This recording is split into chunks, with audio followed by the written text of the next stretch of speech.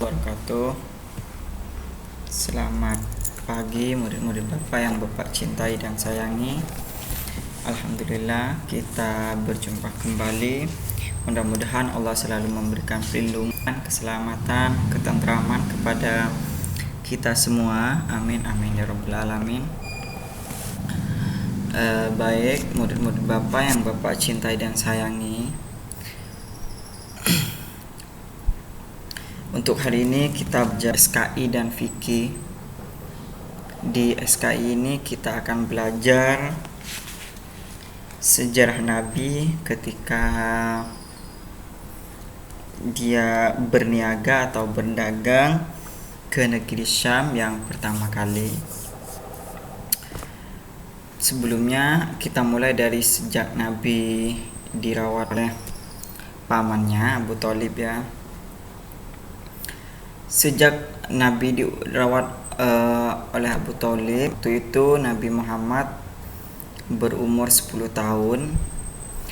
Beliau sudah hidup mandiri, bekerja keras. Beliau pun suka mengembala kambing milik penduduk Mekah di sana. Kemudian hasil upahnya dikumpulkan ya, dikasih ke Abu Thalib.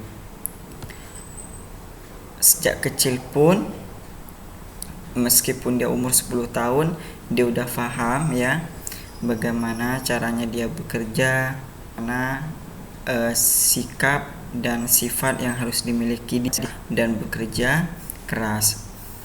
Ketika itu, setelah Nabi Muhammad berumur 12 tahun, pada saat itu pamannya dan gerombolannya ya, dan rombongannya itu ingin berdagang ke. Pada saat itu Nabi Muhammad berumur 12 tahun. Setelah itu Nabi Muhammad pada saat mereka mau pada Nabi Muhammad, kemudian Nabi Muhammad berdiri. Ini yang sangat menyedihkan ya menurut Bapak ceritanya. Kemudian Nabi Muhammad itu bertanya kepada pamannya, paman berdagang ke negeri Syam gitu ya, karena di sana Rasulullah mungkin merasa kesepian ya, tidak ada ibu, tidak ada kakek ya. Setelah itu Abu Thalib sedih mendengarnya ya. Abu Thalib itu sedih mendengarnya, dan akhirnya Abu Thalib mengajaknya berniaga atau berdagang. Dia pun berangkat ya ke negeri Syam dan melewati padang pasir. Meskipun terasa panas, padang pasir itu luas ya. Nabi Muhammad pun bisa bertahan hingga di tempat persinggahan sementara itu di kota Basra ya. Mereka hingga sementara di kota Basra. Setelah itu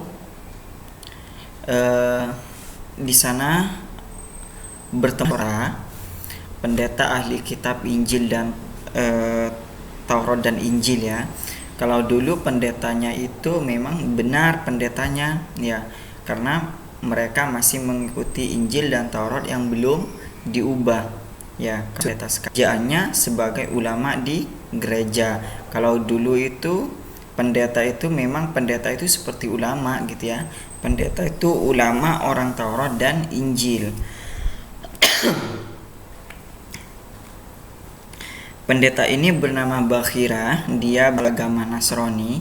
Agama Nasrani itu dulunya agama yang benar ya, penganut Taurat dan Injil. Setelah itu si Bakhira ini, si pendeta ini kaget melihat Rasulullah ya. Kemudian si Bakhira ini bertanya kepada Abu Thalib ya, ada hubungan apa kamu dengan anak ini gitu ya. Kemudian Abu Thalib pun menjawabnya, dia adalah anak dari saudaraku, ya, maksudnya itu ponakan saya gitu, kata Abu Thalib. Bapaknya sudah meninggal sejak, ibunya sudah meninggal sejak dia masih kecil, umur 6 tahun ya. Setelah itu saya yang merawatnya, kata Abu Thalib. Kemudian si Bakhirah ini semakin pada anak ini, bocah ini ya, kita anggap bocah dulu ya, Nabi Muhammad ya. Ya, sebenarnya itu tidak boleh ya. Menurut Bakhirah ini Muhammad itu anak-anak, bocah gitu ya. Setelah itu Bakhirah makin penasaran kepada Nabi Muhammad ya, sehingga Bakhirah ini bertanya, apakah kamu pernah didatangi malaikat, kata Bakhirah. Nah, setelah itu Nabi Muhammad menceritakan ketika malaikat datang membelah hatinya ya, membersihkan hatinya ya, pada saat dia sedang bermain gitu ya. Kemudian Nabi Muhammad kemudian Bakhirah ini makin penasaran lagi, maka Bakhirah ini ingin melihat tanda ya di bahunya ya.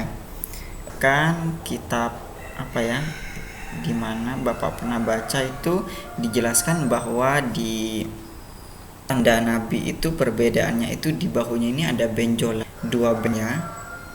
Mungkin itu yang mau dilihat Bakhirah ya, ada 2 benjolan.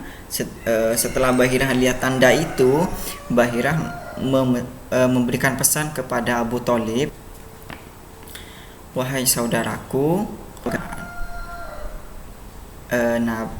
anak ini gitu ya, Bakhirah belum menyebutkan Nabi dan Rasul, tolong jagalah anak ini karena kaum Yahudi suka membunuh Nabi dan Rasul sebelumnya. Maka dari itu Abu Thalib itu kaget ya, Abu Thalib itu kaget dan khawatir dengan Nabi, meskipun Abu Thalib Kristen ya, dia tidak percaya Allah ya, dia masih mengikuti Yahudi ya. Orang Yahudi itu di sana sudah dia yang mengutak-ngatik Injil nantinya ya, kitab Injil dan Taurat. Orang Yahudi itu yang mengutak-ngatik ya. Abu Thalib itu beda agama dengan Nabi, dia Kristen, Yahudi maksudnya itu ya, tidak beribadah kepada Allah, akan tetapi dia sayang kepada Nabi ya, sehingga dia khawatir nanti orang Yahudi itu akan membunuh Nabi, membunuh ponakannya itu. Karena menurut Abu Thalib setelah mendengar cerita dari Bakhirah, ponakannya ini adalah seorang Nabi dan Rasul. Setelah itu dia cepat-cepat berdagang ke negeri Syam, menghabiskan dagangannya. Setelah dagangnya habis, dia langsung pulang, membawa pulang Rasulullah dan melindungi Rasulullah gitu ya. Setelah pulang dari sana pun ya, Rasulullah itu semakin giat bekerja ya. Rasulullah pun semakin giat membantu pamannya ya. Itulah sifat-sifat Rasulullah yang harus kita contoh. Seharusnya kita malu sebagai umat Rasulullah. Kita kadang-kadang malas, terutama bapak sendiri. Kadang-kadang kita malas, bekerja pun kita malas ya. Padahal ya yang seharusnya dijadikan contoh itu Nabi Muhammad, dia tidak punya orang tua, tidak punya bapak dan ibu, tidak punya saudara selain Abu Thalib yang beda agama ya. Seharusnya kita itu lebih giat lagi ya. Caranya itu, kalau bagi kalian itu, bantulah orang tua, rajinlah belajar ya,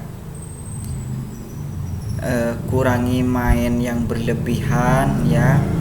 Itu cara kita mencontoh Nabi ya.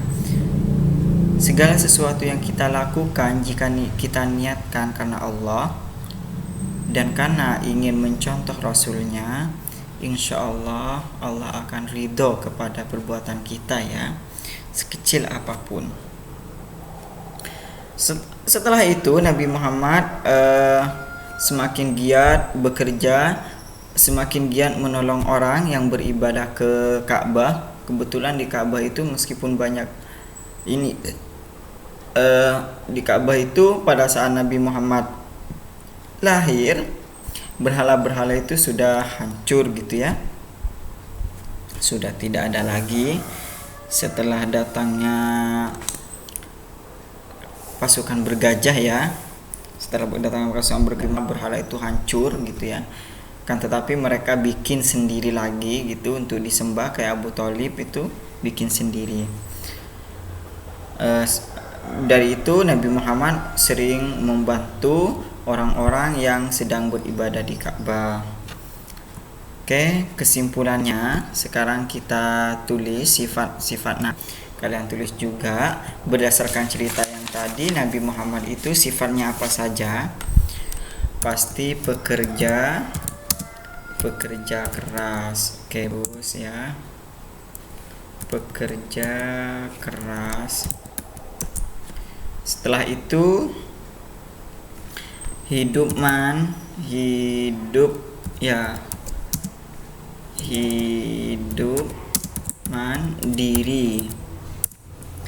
Setelah itu dia itu kemauannya itu sangat keras ya, kemauannya itu meskipun menurut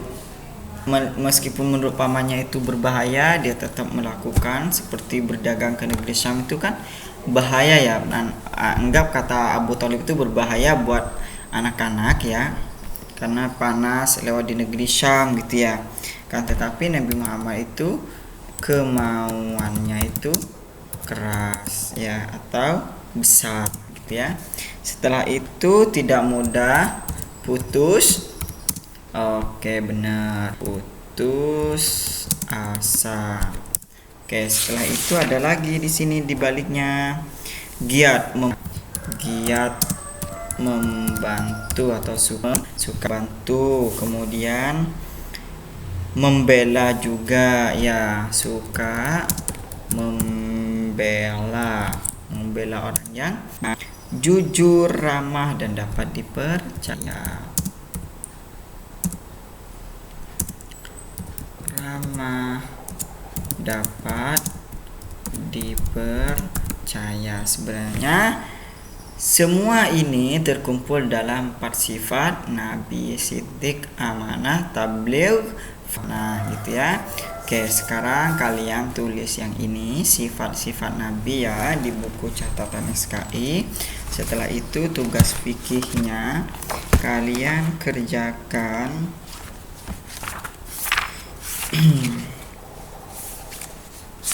Kemudian pilihan ganda, sekarang uraiannya ya.